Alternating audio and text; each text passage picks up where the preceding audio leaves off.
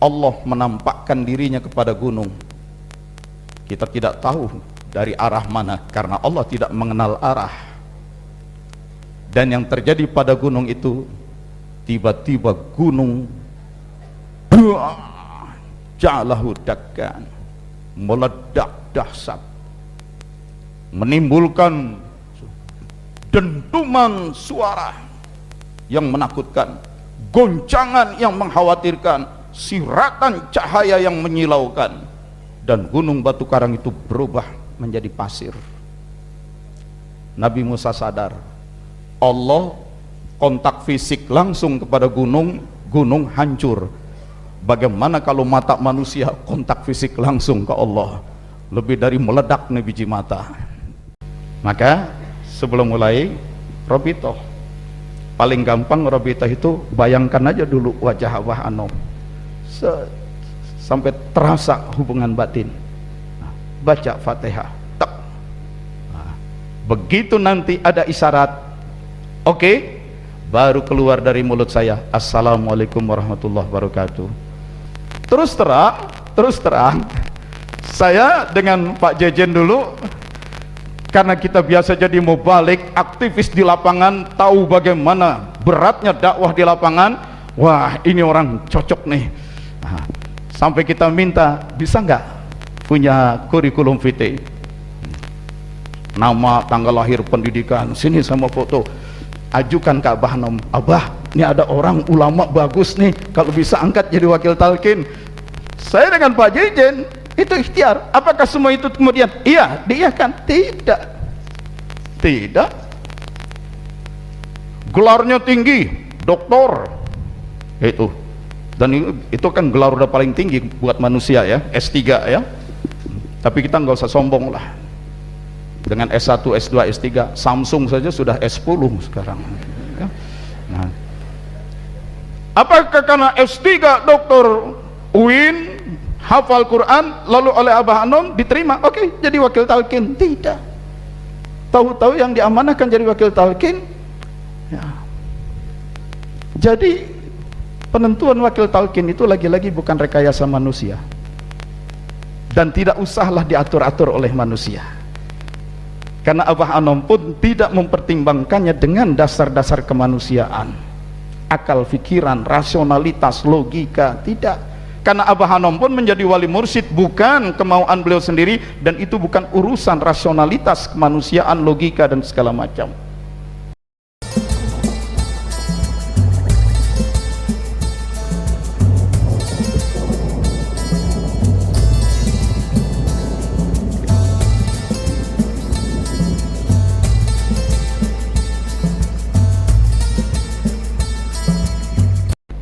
Allahu nurus samawati wal ard.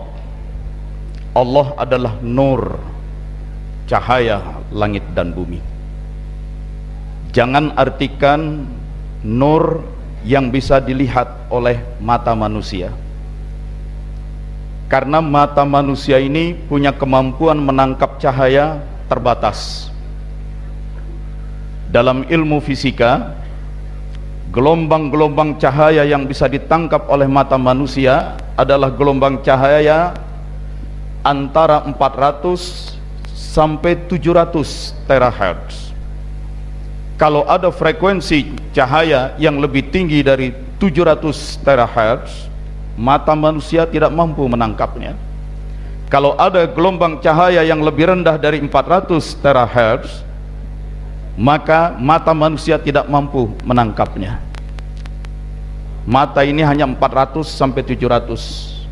Lebih tinggi dari itu, lebih rendah dari 400, mata manusia tidak mampu menangkapnya. Kalau dikatakan malaikat dicipta dari cahaya, cahaya yang frekuensinya berapa? Kalau dikatakan Allah sendiri mengaku Allahu nurus samawati wal ard, Allah adalah nur, Allah adalah cahaya, cahaya yang frekuensinya berapa? Itu di luar kesanggupan mata manusia untuk menangkapnya. Maka Nabi Musa untuk menghadapi tugas-tugas yang lebih berat lagi, kalau sekadar mengkritik Fir'aun itu rupanya belum berat. Kalau sekadar dikejar-kejar oleh Fir'aun sampai terjebak di pinggir laut dan menyeberang di dasar lautan yang sudah terbelah, rupanya itu belum dianggap berat juga. Tetapi setelah meloloskan diri dari kejaran Fir'aun dan bersiap untuk membangun sebuah komunitas masyarakat beriman, itu yang lebih berat. Maka menjelang persiapan memimpin membangun masyarakat, Nabi Musa ditarik untuk khalwat, naik ke atas gunung 40 hari 40 malam, Riyadhah, sehingga tidak ada lagi yang ada di dalam kolbunya kecuali Allah, Allah saja. Setelah itu ditanya, mau apa sekarang? Tidak ada lagi yang menarik bagi beliau kecuali Allah itu sendiri. Sudah digembleng 40 hari 40 malam Riyadhah, sekarang mau minta apa? Tidak ada lagi yang beliau inginkan kecuali Allah itu sendiri. Maka Nabi Musa berkata, Rabbi arini anzur ilaik, wahai Tuhanku, arini, tampakkan, perlihatkan kepadaku, tampakkan dirimu di hadapanku. Kalau bahasa Jawanya itu Rabbi arini, wahai Tuhan, rene, itu. Hadirkanlah dirimu di hadapanku, anzur ilaik, supaya aku bisa menatap kamu langsung. Kenapa? Penasaran, kepengen lihat Allah, kepengen jumpa Allah, kepengen lihat Allah, penasaran. Seperti kita juga penasaran, ingin jumpa Allah, ingin lihat Allah. Tapi Allah katakan lantarani, never, tidak akan pernah kamu bisa meru'yah aku. Ro'a, ru'yah, melihat secara visual. Karena Nabi Musa matanya juga terbatas, hanya 400 sampai 700 terahertz, tidak akan bisa meru'yah, melihat cahaya Allah. Tapi aku penasaran. Ya kalau penasaran, lihat saja gunung di sebelahmu itu. Nabi Musa berada di puncak gunung batu karang yang kokoh, yang tingginya melebihi awan. Disuruh lihat gunung di sebelahnya yang juga batu karang yang kokoh. Begitu Nabi Musa mengamati gunung, falamma tajalla rabbuhu lil jabal, Allah menampakkan dirinya kepada gunung. Kita tidak tahu dari arah mana karena Allah tidak mengenal arah. Dan yang terjadi pada gunung itu, tiba-tiba gunung ja'alahu dakkan, meledak dahsyat, menimbulkan dentuman suara yang menakutkan, goncangan yang mengkhawatirkan, siratan cahaya yang menyilaukan, dan gunung batu karang itu berubah menjadi pasir. Nabi Musa sadar, Allah kontak fisik langsung kepada gunung, gunung hancur. Bagaimana kalau mata manusia kontak fisik langsung ke Allah? Lebih dari meledak nih biji mata. Itu. Allahu nurus samawati wal ard. Allah nur, Allah cahaya langit dan bumi, tapi jangan artikan cahaya yang bisa dilihat oleh manusia. Yang pertama Allah cipta adalah Muhammad sallallahu alaihi wasallam. Muhammad yang ruh. Allah nur, yang pertama Allah cipta adalah ruh Muhammad, maka ruh Muhammad itu juga nur juga, bersumber dari nur. Ruh Muhammad itu nur. Dan hari ini, hari tanggal berapa hari ini? Hijriahnya 12. Hari lahir siapa? Nabi Muhammad sallallahu alaihi wasallam. Ya. Lahir basarnya, tubuh biologisnya, dari perut ibunda beliau Siti Aminah. Tetapi ruh beliau sudah ada yang paling awal. Dan Muhammad sallallahu alaihi wasallam itu Muhammad yang ruh, hadir ke dalam janin, terlahir ruh. Dan ruh itu, nur itu mengalir sampai kepada Syekh Muhyiddin Abdul Qadir Al-Jailani yang sekarang kita rayakan, kita selenggarakan manqobah beliau. Dan Syekh Abdul Qadir Jailani yang membawa nur dari nur Muhammad, dari nur Allah, itu nur Syekh Abdul Qadir Jailani turun kepada sampai kepada Syekh Ahmad Sahibul Wafa Tajul Arifin. Nur cahaya kepada nur Muhammad, kepada nur Syekh Abdul Qadir, sampai kepada nur Syekh Ahmad Sahibul Wafa Tajul Arifin. Lalu beliau saat mentalkin kita, apakah beliau langsung menalkin atau melalui wakil talkin, nur itu ditancapkan ke dalam kolbu kita.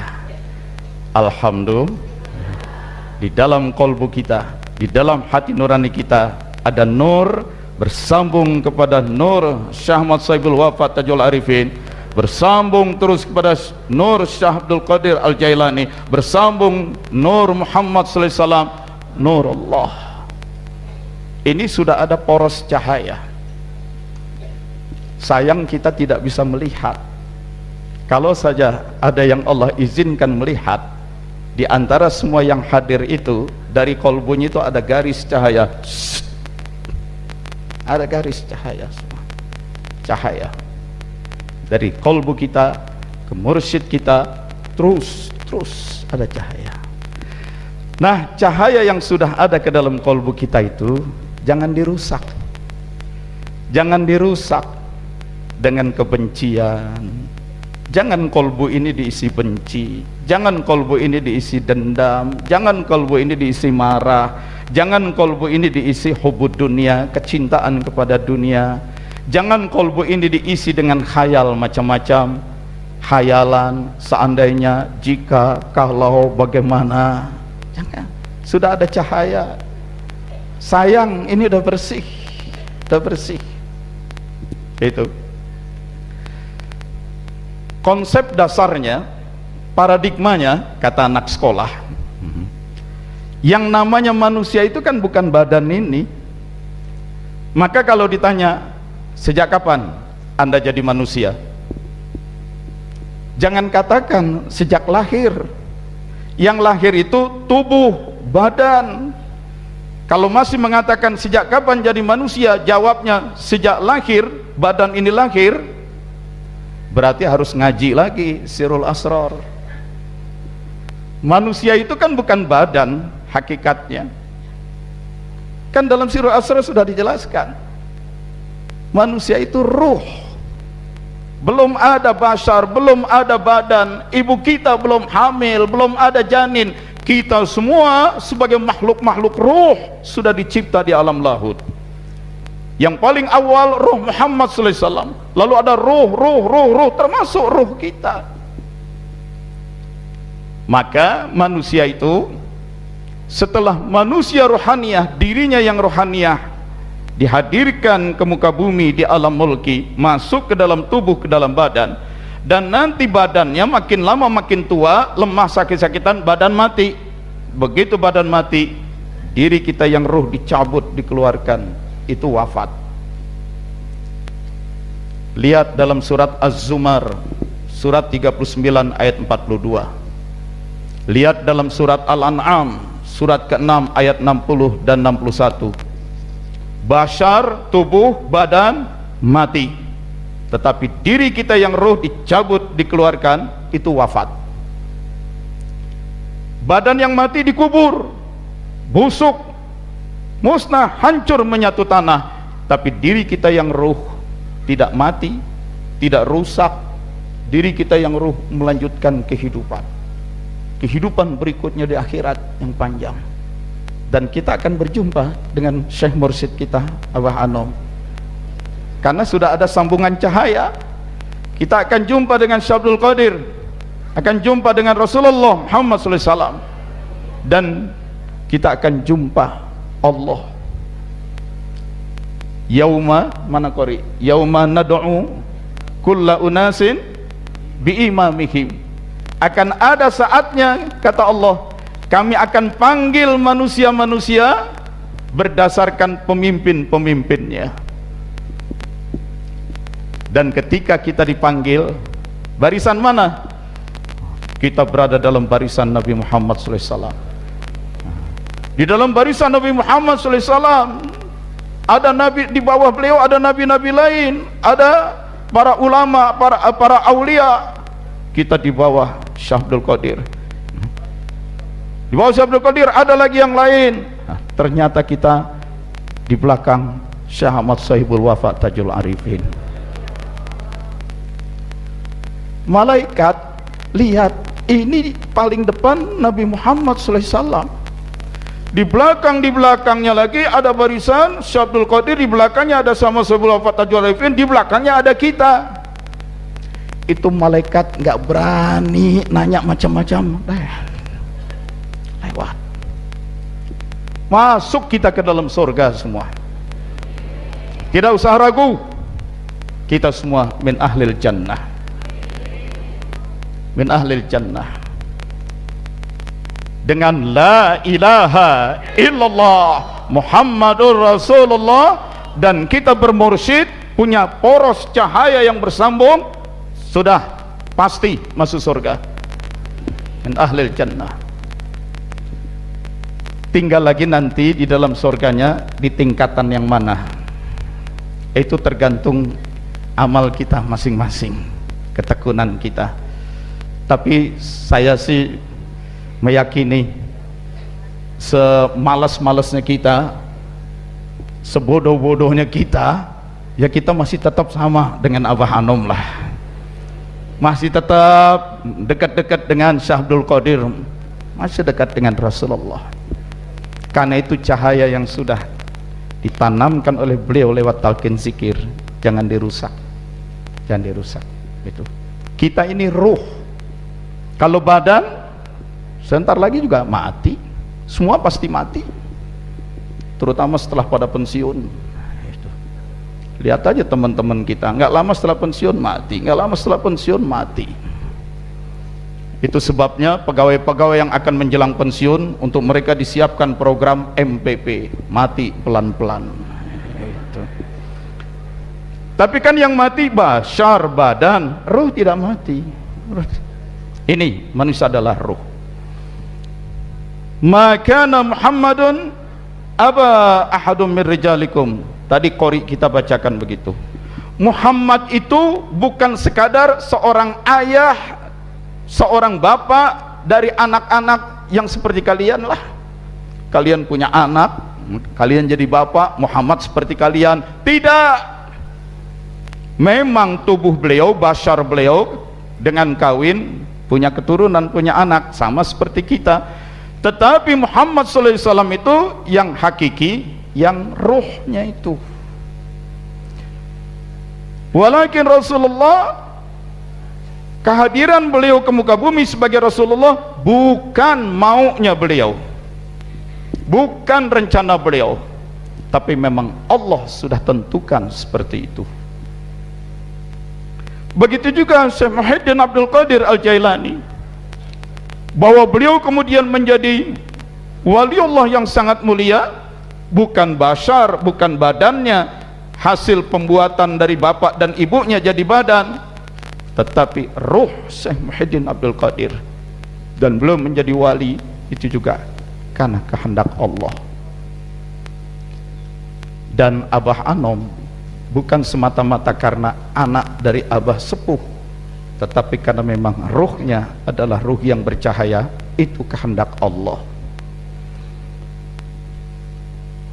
Kan baca di salah satu manqobah, Syekh Abdul Qadir berkata, aku diberi buku yang berisi catatan panjang, semua daftar nama murid-muridku sampai hari kiamat nanti. Pernah baca manqobah itu? Itu buku yang mana? Buku di Lauhil Mahfuz. Syekh Muhyiddin Abdul Qadir udah baca, oh ini orang-orang yang akan menjadi murid-muridku. Ternyata nama kita sudah ada di situ. Beliau sudah baca dulu. Secara basyariah, secara lahiriah, beliau wafat tahun 1166. Sekarang tahun 2019.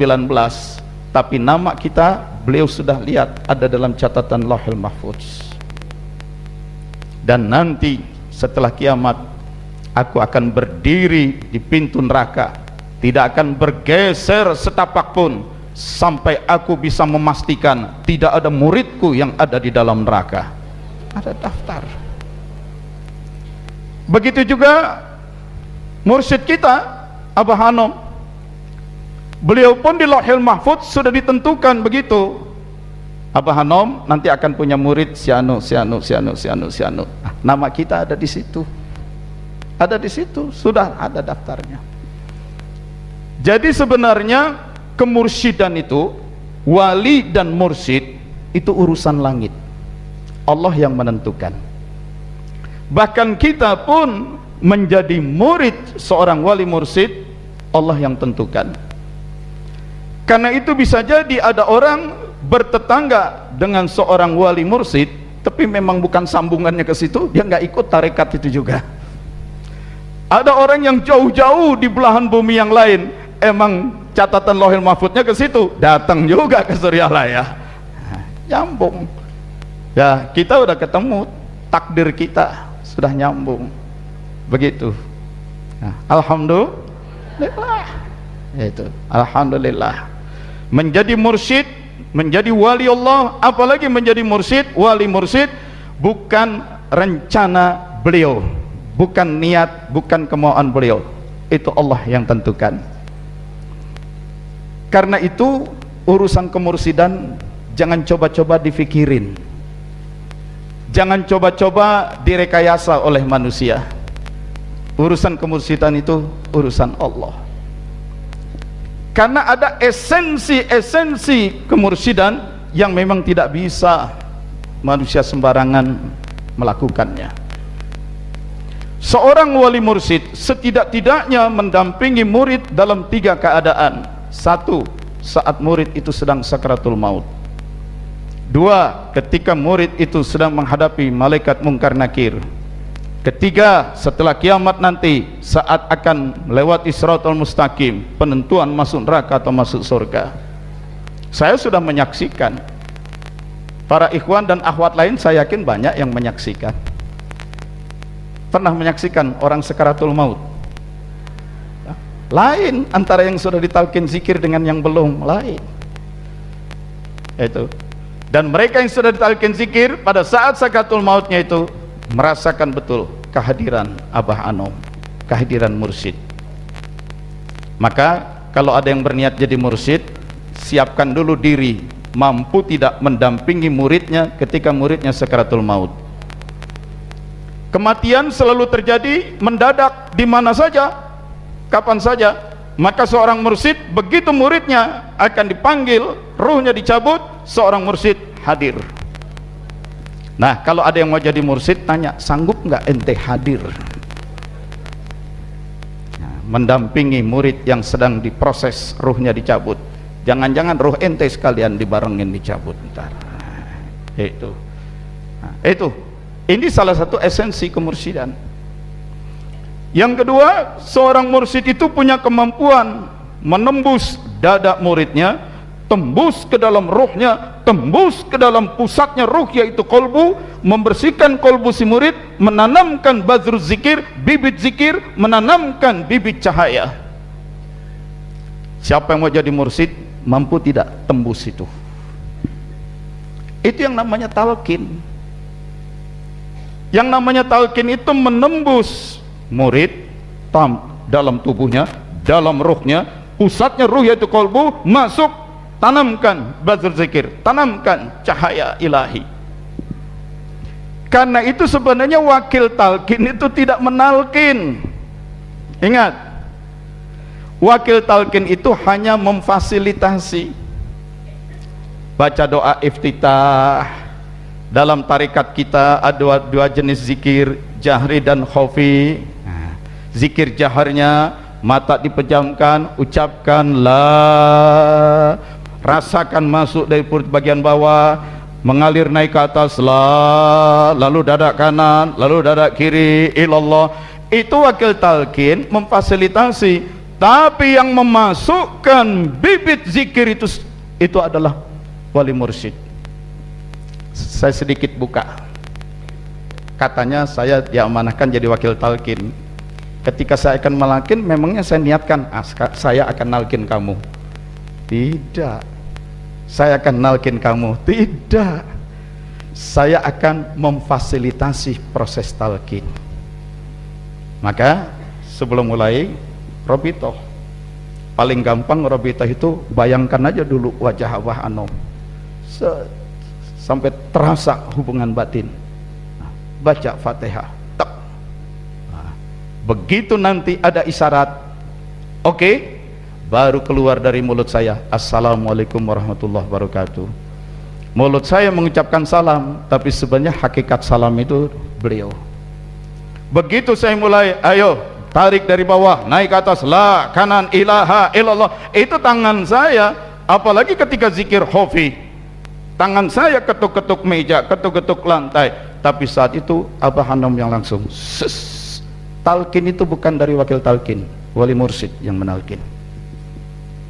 Maka ketika satu saat Abah Anom mendapat laporan, Abah ini ada wakil talqin tapi kok begini, kelakuan begini gitu. Udah wakil talqin kok bisa begini? Jawab Abah, Abah kan cuma minjem mulutnya untuk nalqin. Yang nalqin langsung Abah Anom, wali mursyid, bukan wakil talqin. Karena itu tidak usah terlalu bermacam-macam kepada wakil talqin. Yang menalqin adalah waliullah yang mursyid, yang menalqin wali mursyid, dan wakil talqin bukan wakil mursyid.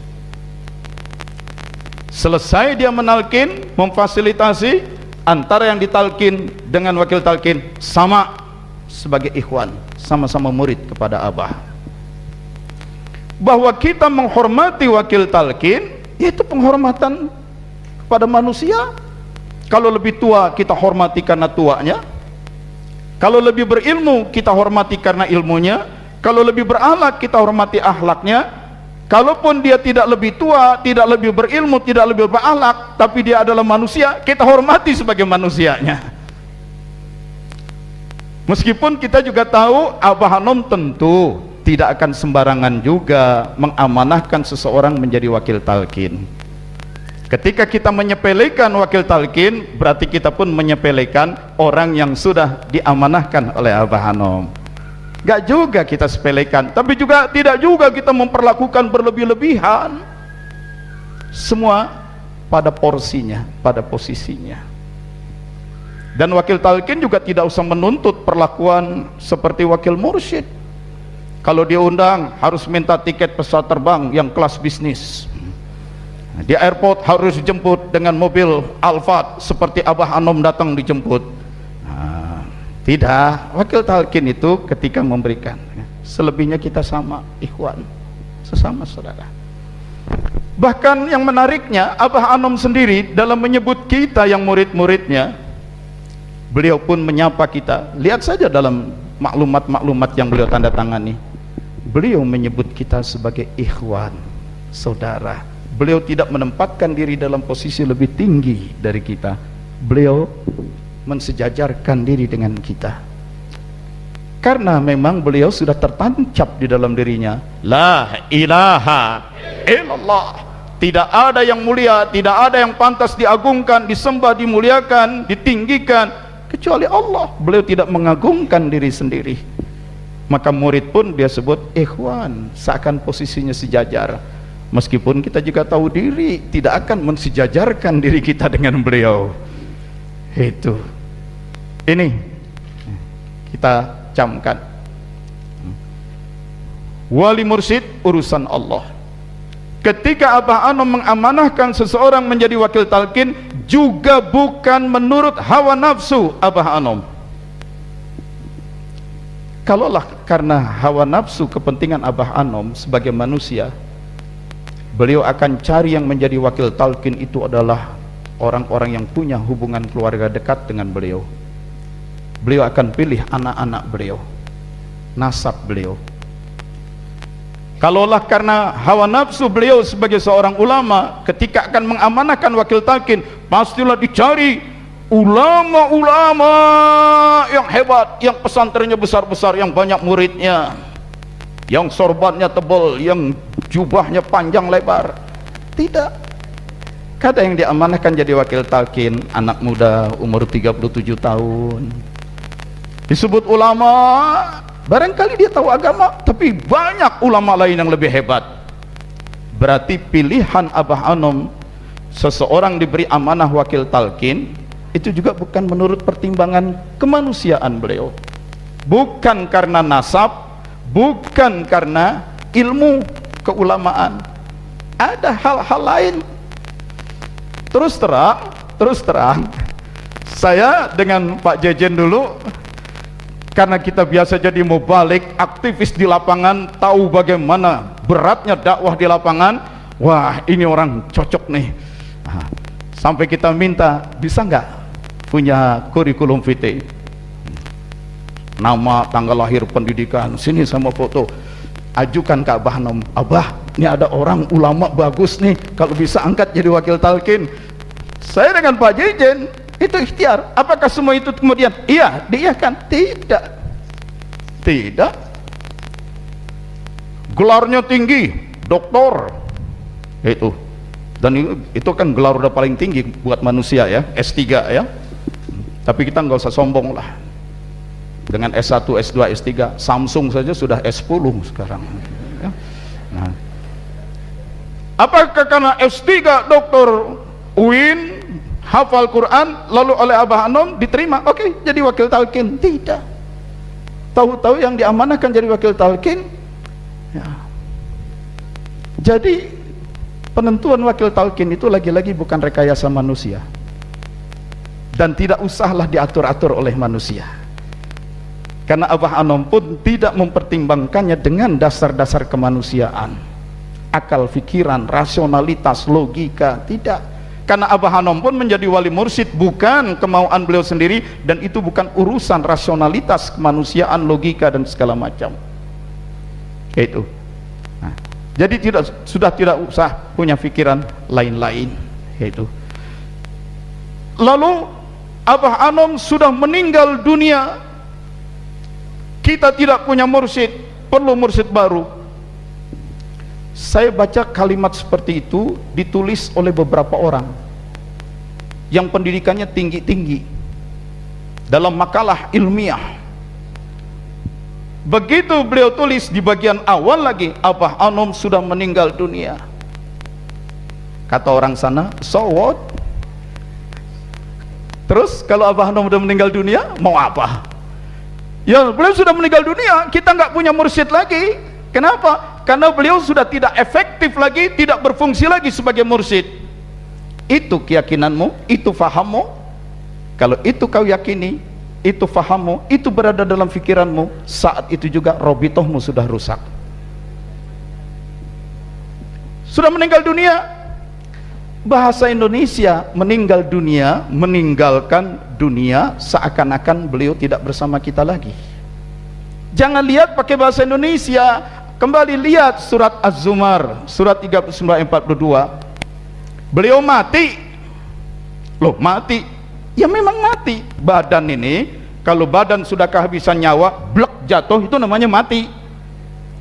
Tapi yang ruh dicabut keluar, itu wafat. Mati, ya mati badannya. Ruh tidak mati. Ruh tidak mati. Ya tapi kan ruh dibawa ke alam barzah. Emangnya kalau di dalam barzah tidak bisa kembali lagi ke dunia? Ada orang yang kesel banget, benci banget dengan Wahabi. Teman-teman Wahabi, rujukan utamanya itu Ibnu Taimiyah. Ibnu Taimiyah punya murid sangat cerdas, Ibnul Qayyim Al-Jauziyah. Ibnul Qayyim Al-Jauziyah menulis buku, judulnya pendek, Ar-Ruh, Ruh. Di situ kita baca beliau muatkan hadis-hadis ketika seseorang mengucapkan salam kepada Rasulullah SAW, maka salam itu oleh Allah disampaikan kepada Rasulullah, dan Allah akan mengembalikan ruh Rasulullah ke muka bumi, dan Rasul menjawab salam kita. Maka ketika tadi kita berdiri, Allah ya Nabi salam alaika, ketika kita ucapkan dengan penuh perasaan, ruh beliau hadir dan menjawab salam kita. Loh, kalau hadir kok kita nggak bisa lihat? Ente belum levelnya untuk bisa ngelihat. Tapi ada orang-orang yang Allah izinkan melihat. Nah, maka pada saat dibaca itu, dia tepuk sebelahnya, diri, diri. Dan itu menjadi tradisi kita, mahalul qiyam. Kita berdiri karena ada ulama-ulama yang melihat kehadiran Rasulullah SAW. Hadir. Itu. Jadi beliau yang katanya sudah meninggal dunia, badannya sudah mati, ruhnya wafat, kembali ke muka bumi. Begitu juga ketika seseorang mendatangi kubur saudaranya, ayahnya, gurunya, dia ziarahi kubur dan ucapkan salam, maka ruh dihadirkan, dan itu ruh menjawab salam orang itu. Anda nggak merasa kalau lagi ziarah di atas, ruh Abah hadir? Beliau, Anda ucapkan salam, beliau hadir menjawab salam. Itu. Jadi masih bisa orang di alam barzah bolak-balik ke muka bumi, bisa, dan semua dengan izin Allah. Itu masih bisa terjadi. Tadi malam saya cerita kepada sekelompok orang, saya diminta membimbing umroh puluhan orang, sebagai pembimbing dibayarin biayanya. Saya ajak juga anak saya yang SMP, saya bayar juga karena ini anak kok. Begitu masuk Masjidil Haram, bersiap untuk tawaf, ribuan, mungkin ratusan ribu orang, padat. Anak saya bilang, Pak, aku sakit perut, perlu ke WC dulu. Kalau saya ngantar anak jalan keluar, masuk ke WC yang di bawah tanah, balik lagi, itu paling tidak 40 menit. Apakah saya ngurusin satu anak, meninggalkan puluhan jamaah yang mereka bayarin saya untuk minta dibimbing? Kayaknya kurang pas juga. Tapi kalau itu anak saya lepas sendirian di tengah kerumunan orang, dan dia baru pertama kali, nggak tega juga, masih SMP. Gimana ini? Dilematis. Saya tanya, kamu tahu nggak arah WC-nya yang sana? Ya Pak, tahu. Nanti balik ke sini, kalau rombongan pun sudah tidak ada, kamu nggak usah takut, tawaf saja mulai dari sini 7 putaran, terus sholat sini, lalu ke tempat sa'i, nanti kita mesti ketemu di sana. Tahu, memang anaknya pede banget. Pergilah dia. Tapi sambil pergi sebagai seorang ayah, nggak tega juga. Yang saya lakukan apa? Abah, tolong anak saya, Bah. Tolong anak saya, Bah. Selamatkan dia, selamatkan ibadahnya. Begitu saya teriak minta tolong Abah, hilang semua khawatir. Sudah saya bimbing jamaah. Tawaf, sa'i, begitu lintasan ketiga, jumpa dengan anak saya di Bukit Sofa. Gimana? Nggak apa-apa Pak, katanya. Tadi kamu jadi ke WC? Iya, di mana? Tunjukkan begini, sambil saya jalan pelan-pelan. Setelah itu masuk, saya periksa apa yang dia lakukan tahap demi tahap. Bapak kepo banget sih, katanya. Bukan, Bapak khawatir ada tawaf yang salah, ada tindakan yang salah. Kalau itu ibadahmu salah, mumpung dari sini kita perbaiki. Itu jelaskan apa yang dilakukan, benar semua. Kamu nggak nyasar tadi? Enggak, ringan aja tuh jalan, kayak ada yang nonton. Makasih Abah, terima kasih Abah. Sekarang saya mau tanya, ada nggak di antara Anda semua yang pernah dalam kesulitan lalu sampai berteriak dalam batin, Abah tolong, dan kemudian hadir pertolongan itu, beliau hadir? Siapa yang pernah mengalami hal seperti itu? Tunjuk tangan. Banyak yang tunjuk tangan. Itu menunjukkan beliau memang hadir. Jadi jangan katakan karena badan beliau sudah mati, ruhnya di alam barzah, beliau tidak efektif, beliau tidak lagi berfungsi menjalankan tugas kemursidan. Masih. Dan saat ini pun beliau hadir bersama kita, beliau hadir. Jadi kalau sudah mengatakan bahwa Abah Anom wali mursyid sudah meninggal dunia, so what? Lalu apa? Lalu dipikir beliau tidak lagi menjalankan fungsi sebagai mursyid, lalu kita harus mencari mursyid baru. Saat itu juga, kalau itu ada dalam keyakinan, faham dan perasaan kita, sebenarnya kita dengan beliau rabitahnya sudah rusak. Jangan ada pikiran ke sana. Jangan ada pikiran ke sana. Itu prinsip dasarnya, paradigma pertamanya. Jangan lagi deh nulis-nulis yang begitu. Jangan lagi deh ngomong yang begitu, bahwa Abah Anom sudah meninggal dunia maka diperlukan mursyid baru, maka diperlukan sementara jumlah wakil talqin tidak bertambah, yang terjadi jumlah wakil talqin banyak yang makin meninggal dunia, maka harus ada pemilihan wakil talqin. Tidak usah, itu pemikiran ilmiah dari mana? Itu saya heran kalau ada orang ketika hidupnya masih susah, ketika untuk bayar kuliah masih susah, datang ke Abah dengan karomah dari Abah, mengalirlah rezeki, bisalah kuliah, bisalah sampai kemudian menjadi doktor. Tapi dalam proses menjadi doktor, dia banyak baca buku, banyak baca kitab, baca sana baca sini, baca sana baca sini, jadilah ilmunya banyak. Lalu dengan semua ilmunya, hasil baca sini, baca sana, baca sini, baca sini, dengan semua ilmunya, kemudian dia mengoreksi dan bikin berantakan ajaran Abah Anom. Kemarin kepengen bisa kuliah jadi sarjana, minta-minta doa, minta berkah dari Abah. Sudah jadi sarjana, banyak baca buku sana baca sini, merasa pintar dengan ilmu bacaannya, mengoreksi ajaran Abah Anom, bikin berantakan ajaran Abah Anom.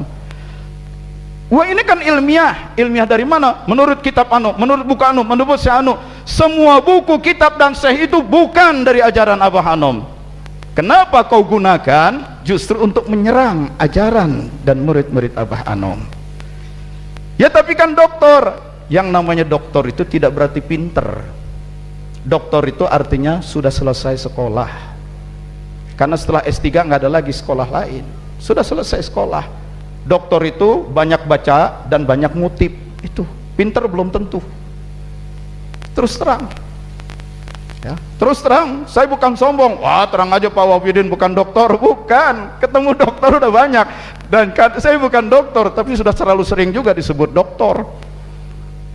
Dokter itu menunjukkan sekolah sudah selesai, banyak baca buku, banyak mengutip pendapat orang. Pinter belum tentu, cerdas belum tentu. Maka itu jangan terlalu bangga dengan kedokteran. Banyak baca, banyak mengutip berbagai kitab, mengoreksi ajaran Abah Anom. Abah Anom mengalaminya sendiri. Abah Anom sudah terbukti. Ribuan, ratusan ribu, mungkin jutaan ulama-ulama menundukkan diri kepada Abah Anom. Kamu kan baru dokter, jadi dokter kemarin. Modal banyak baca kitab, baca buku, ngutip sana, ngutip sini. Cerdas belum tentu, pembuktian belum tentu. Jangan acak-acak murid-muridnya Abah Anom. Jangan mengacak-acak ajaran-ajaran Abah Anom. Itu. Begitu juga yang kemudian jadi penguasa, yang kemudian menjadi orang kaya. Waktu miskin datang ke Abah Anom, minta diberikan barokah supaya bisnis sukses, minta diberikan limpahan karomah supaya bisa naik pangkat jabatan. Sudah kaya, beruang banyak, sudah pegang pangkat jabatan tinggi, dia gunakan kekayaan pangkat jabatannya untuk merusak ajaran TKN. Yang kamu peroleh sekarang itu karomah Abah Anom loh. Jangan kau gunakan untuk merusak murid-murid Abah Anom. Hanya karena kau merasa berpangkat tinggi, kaya, berjabatan tinggi, pinter, semua itu kan kamu minta dulu dari Abah Anom, dan itu limpahan karomah barokah beliau. Jangan kau gunakan. Dengan merasa itu kamu berhak mengkritik Suryalaya. Bukannya Suryalaya tidak boleh dikritik, tetapi tempatnya. Nah, itu saja, cukup sampai di situ, karena izinnya ya memang cuma sampai di situ. Yang jelas di dalam kolbu kita ada nur. Nur itu dari guru mursyid dari guru-guru Syekh Abdul Qadir, dari Rasulullah, dari Allah. Ini sudah ada satu poros, jangan dikotori dan jangan mau diisi dengan gagasan, ide, pikiran macam-macam. Sudah ya, kita semua alhamdulillah ditakdirkan oleh Allah menjadi murid Abah Hanom ya, dan beliau menjadi mursyid kita. Demikian ya. Soal nanti bagaimana, nanti kalau semua wakil talqin udah pada mati bagaimana? Ya kalau soal nanti bagaimana, ya bagaimana nanti, itu aja kok repot-repot ya. Emangnya Allah nggak ada?